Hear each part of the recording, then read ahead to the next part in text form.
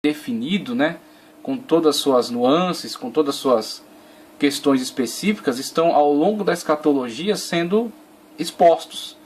Então aquilo que Pedro sintetizou aqui nesta visão, então todos os eventos estão sintetizados aqui de uma forma resumida, é muito mais amplamente discutido através das revelações, primeiramente as revelações de Daniel, depois as profecias de João no Apocalipse, que nos trazem aí como esses eventos vão se desenrolar ao longo desses fatos, ao longo desse tempo escatológico, né? Ao longo desse momento escatológico em que o Senhor trará a concretização daquilo tudo que foi profetizado.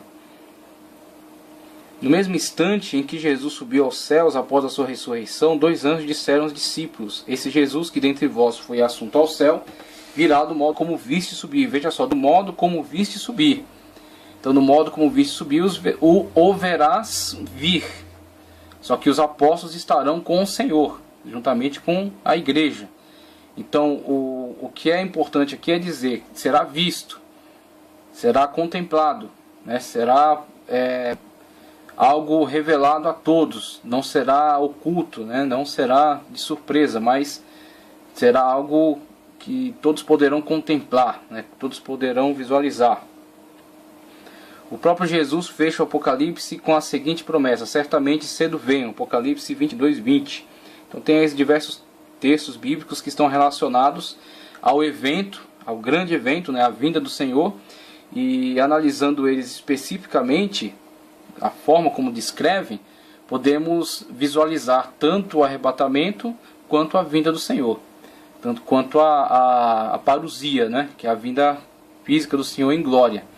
Então, enquanto temos, num lado, a igreja sendo levada para Cristo, sendo tomada dentre a terra e arrebatada para o Senhor, aquilo que a palavra arrebatamento nos traz, né, da ideia do tomar de surpresa, com ímpeto, quanto podemos visualizar em algumas descrições a tomada do povo de Deus para junto a Cristo, para perto de Cristo, e em outras descrições podemos ver a vinda do Senhor em glória.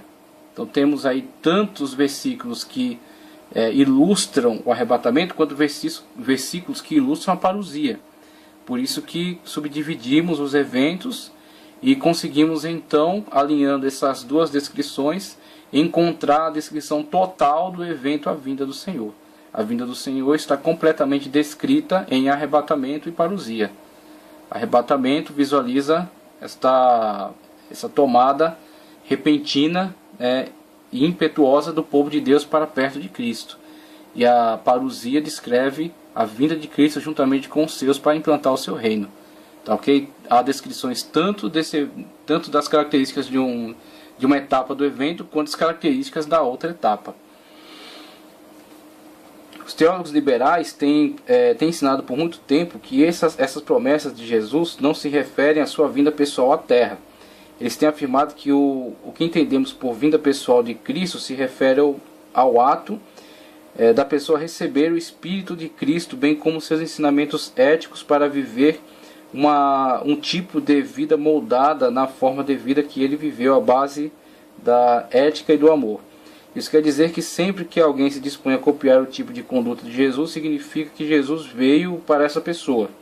Ou seja, a vinda de Cristo se dá através de ensinamentos e de modo de vida. Na realidade, não é ele que vem, mas seus ensinamentos para mudar a vida das pessoas. Então, o fato de algumas pessoas admitirem esse tipo de concepção decorre delas terem falhas graves na sua fé. Então a questão a pessoa não tem fé o suficiente para crer na palavra de Deus, naquilo que a palavra de Deus declara, e uma vez que lhe falta a fé para crer naquilo que a palavra de Deus está revelando para ele, ele busca subterfúgios para poder adequar aquilo que foi descrito, claramente descrito na palavra de Deus, ao modo de crença que ele está vivendo. Na verdade, uma fé cambaleante, né? Uma fé falha. Então o que acontece? Como isso não está se adequando ao seu modo de ver as coisas, ele procura adaptar a Bíblia, lançando sobre ela um conceito bastante simbólico, né? Então ele coloca tudo aquilo num plano simbolista. Eu não estou usando alegórico, porque na verdade os nossos irmãos que usam da ferramenta da alegoria, não necessariamente eles têm falta de fé. a questão dos amilenistas, dos pós-milenistas e dos pré-milenistas históricos. O que eles têm não é questão de falta de fé, é uma questão de uma interpretação diversa dos textos bíblicos. Então eles têm uma abordagem diferente de interpretação, e nessa abordagem diferente de interpretação não é que isso decorra de falta de fé, mas de uma leitura diferenciada. Então, por eles terem essa leitura e valorizarem essa postura de interpretar as escrituras de uma forma alegórica, eles acabam chegando à conclusão de que alguns eventos que são descritos, na verdade, o são de um plano alegórico, não necessariamente literal. Sendo assim, eles acabam interpretando que aquilo que é descrito de formas diferentes, na verdade, são apenas diferentes descrições do mesmo fato. Então, na verdade, eles não entendem que há a primeira etapa e a segunda etapa do mesmo evento. Eles dizem que há simplesmente uma descrição e outra descrição, mas dizendo a mesma coisa. Não é o que geralmente entende o pré-milenista, né? O pré-milenista, no modo geral, ele visualiza essa questão dessa divisão das duas etapas. Então vemos aqui. Agora o liberalista se afasta demais, porque ele está tentando conciliar a Bíblia com outras visões que não são nem bíblicas. Então o liberalista geralmente se afasta um tanto das interpretações da ortodoxia, né, da teologia ortodoxa, e acaba tentando reinterpretar a Bíblia conforme a sua visão racionalizada. Ele tenta racionalizar essas questões bíblicas. Quando não consegue, ele apela, né, para esse tipo de interpretação. Aí vemos outras referências. 1 de Tessalonicenses 4,16, Paulo escreveu: pois o mesmo Senhor descerá do céu com grande brado. Nesse caso, se a vinda de Cristo se referisse aos seus ensinamentos, ou ao seu modo de vida, Paulo não teria dito o mesmo Senhor. Para o apóstolo não será outra pessoa, nem os ensinamentos de Jesus, ou qualquer outra coisa, mas o mesmo Senhor, conforme ele mesmo diz. Então, temos aí o teólogo Expedito Marinho passando o seu ponto de vista em relação a essas possibilidades, né? Mostrando que, na verdade, se nós concordarmos com essa interpretação liberal, nós nos afastamos daquilo que a própria Bíblia descreve em relação aos eventos. Então, quando Paulo assevera que é o mesmo Senhor, ele está especificando que não é outra pessoa, não é algo subjetivo, como as palavras de Cristo. As palavras de Cristo virão a nós, né, e isso será como que um arrebatamento. Nós fomos tirados da vida de trevas, da vida de pecados, para a vida de Cristo, né, para a vida de salvação.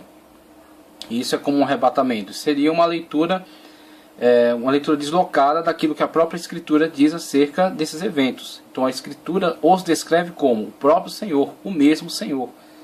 Dada a ordem, tocada, ressoada a voz, a trombeta do arcanjo, dada a ordem, o Senhor descerá e reunirá junto a si. Então quer dizer, não resta espaço para outra leitura, uma vez que o autor que está descrevendo o evento é claro. Ele é específico quanto ao sujeito aqui dessa situação, desse ato, né?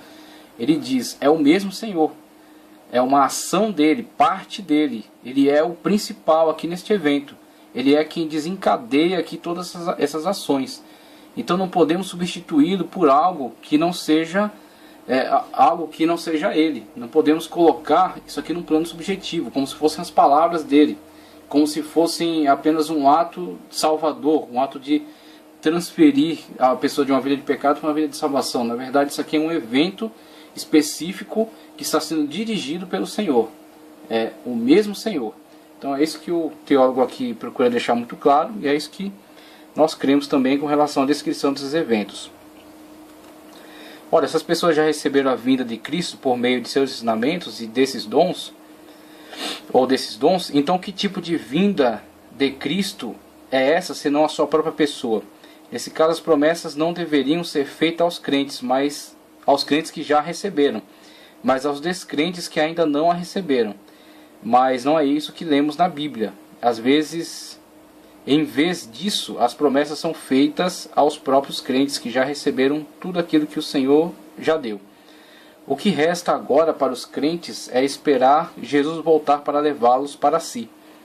E as promessas que descrevem esse evento são bem claras no relato de Filipenses 3 20 a 21. Relato de Filipenses 3, 20 a 21, que eu acho até importante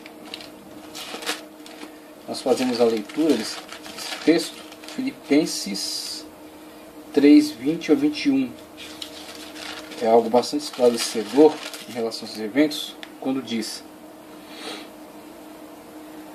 pois a nossa pátria está nos céus, de onde também aguardamos o Salvador, o Senhor Jesus Cristo, o qual transformará o nosso corpo de humilhação para ser igual ao corpo de sua glória, segundo a eficácia do poder que ele tem, e até subordinar-se todas as coisas.